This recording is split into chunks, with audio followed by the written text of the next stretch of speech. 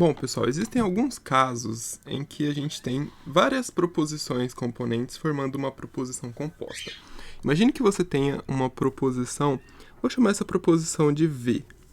E essa proposição é formada pelas seguintes proposições componentes. Tipo, você tem P, você tem essa proposição. O que acontece? Quando a gente for fazer a tabela verdade dessa proposição, para a proposição P e não P, a gente vai analisar esse primeiro caso aqui, ó, V e F. V e F a gente tem falso. Agora a gente tem V e F, que dá falso. A gente tem falso e V, que dá falso. Se uma das duas forem falsas, a gente vai ter um resultado falso. Então, por isso, deu tudo falso ali. Porque a gente está usando o conectivo E, aí a gente tem que analisar esse caso aqui, de acordo com a tabela verdade do conectivo E, não é mesmo?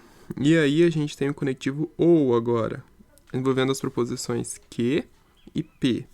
Q e P. Então eu vou ter aqui verdadeiro, verdadeiro, verdadeiro e falso. Porque basta uma das duas ser verdadeira para eu ter um resultado verdadeiro. Agora o que eu vou ter aqui é a minha proposição toda.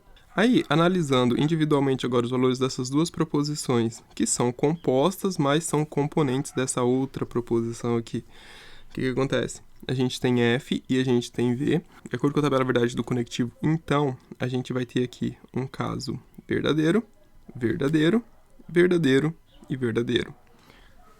Porque só dá falso quando a gente tem V, F. E não ocorreu em nenhuma desses casos aqui. Enfim, quando todos os resultados possíveis para uma proposição composta é o verdadeiro, então a gente chama isso de tautologia. A gente diz que essa proposição composta aqui é uma tautologia, tá? E sobre tautologia, o que esse livro traz é só isso mesmo. Uma tautologia é quando a gente tem uma proposição composta, seja essa proposição composta formada por outras proposições compostas, como a gente tem o caso aqui, ó. Veja, eu tenho o conectivo então, e eu tenho aqui proposições compostas, ok? Essas proposições compostas são formadas por proposições simples. Proposição P, proposição Q. Aí, tipo assim, essa matéria de lógica matemática é um assunto que você tem que estudar bastante, tem que fazer bastante exercício, bastante tabelinhas dessa. Esse livro não traz muito disso, é só uma breve revisãozinha, só para lembrar os conceitos mesmo, e te dá algumas ferramentas necessárias para poder fazer as demonstrações, tá? E aí tem no canal a playlist de lógica matemática com a resolução dos exercícios que estão no livro do Edgar Alencar Filho, que são muitos exercícios e é bem legal se você puder assistir, porque, enfim, se você quiser aprender mais sobre lógica mesmo, tá? O que acontece? Existem também as proposições que são logicamente falsas. Imagina que você tem uma proposição R. Essa proposição R é composta por proposição P ou Q, P ou não Q,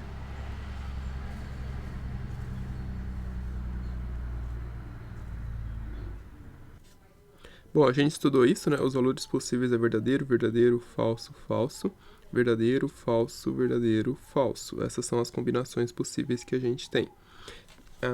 Na proposição não que é o oposto da proposição que. Então a gente tem falso, verdadeiro, verdadeiro. O que acontece aqui? A gente tem agora a proposição P ou não que para poder analisar, tá? A gente já, assim, nesse curso foi visto de uma forma bem breve, mas olha, o valor lógico de uma proposição composta depende do valor lógico das suas proposições componentes. Então eu preciso verificar primeiro o valor lógico dessa proposição, o valor lógico dessa proposição, tá? E aí, o que acontece?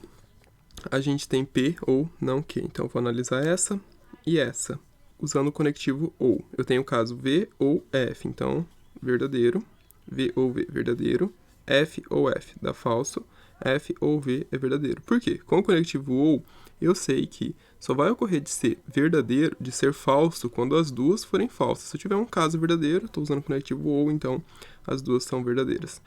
O que acontece? Eu tenho agora não P e Q.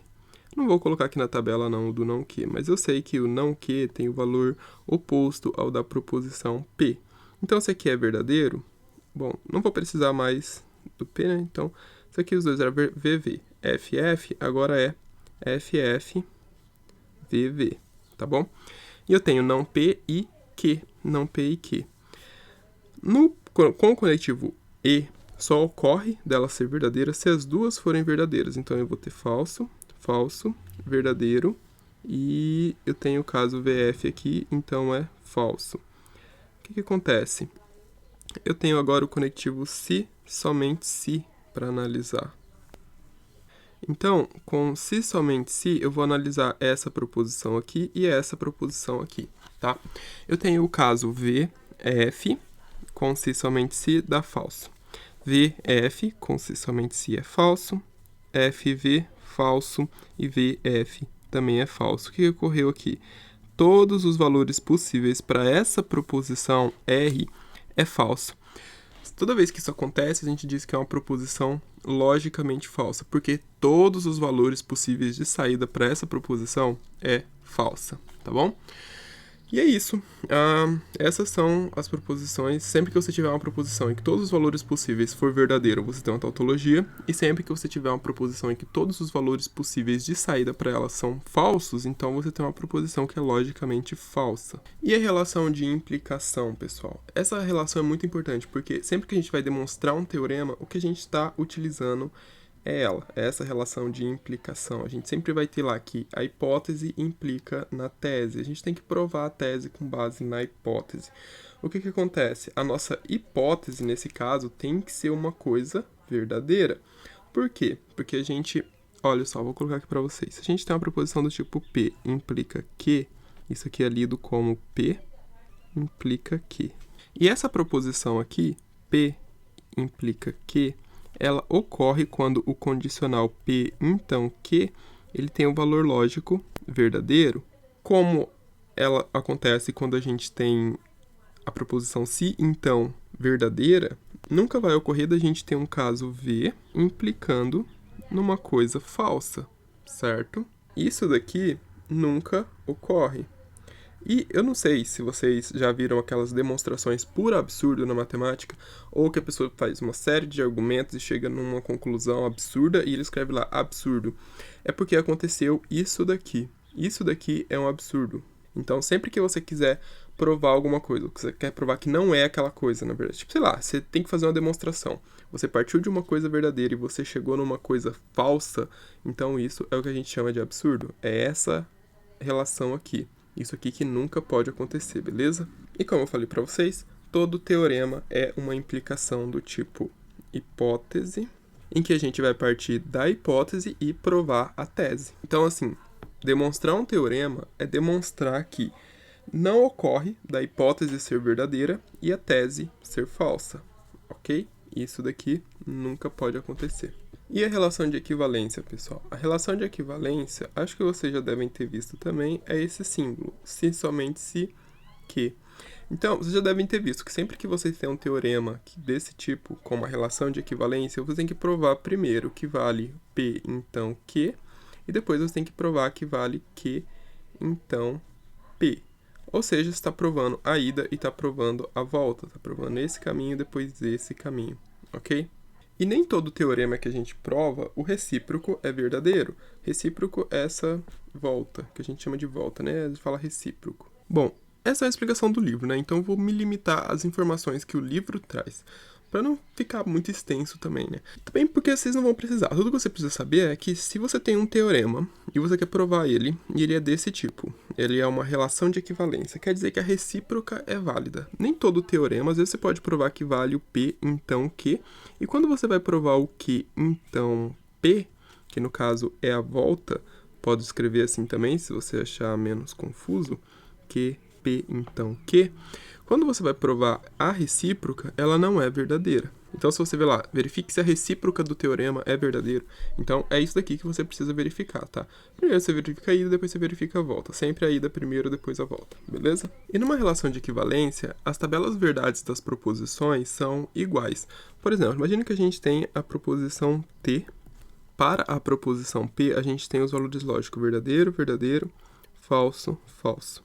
Na proposição Q, a gente tem verdadeiro, falso, verdadeiro, falso. O que acontece? Se eu quero P, então Q, eu preciso analisar essas proposições isoladamente, né? V dá o quê? Verdadeiro. VF dá falso, FV dá falso, FV dá verdadeiro e FF dá verdadeiro. Bom, agora eu vou analisar qual proposição. Não que, então, não P. Se aqui é VV, FF, vai ser ao contrário, né? O não P vai ser FF, VV. E aqui é VF, VF, então o não que vai ser FV, FV. Então, como vai ficar o valor lógico dessa outra proposição aqui? Não que, então não P. Eu tenho FF, isso é verdadeiro. Eu tenho VF, isso é falso. Eu tenho FV, isso é verdadeiro. E tenho VV, que é verdadeiro. Então, observe aqui que as tabelas verdades da proposição P, então que, e da proposição não que, então não P, elas são as mesmas. Então, a gente pode usar esse sinal de equivalência, tá? E o exercício que segue, o exercício 7, ele é justamente para verificar as relações de equivalência de algumas proposições lógicas, né? A gente vai fazer ele na sequência, tá aí na playlist.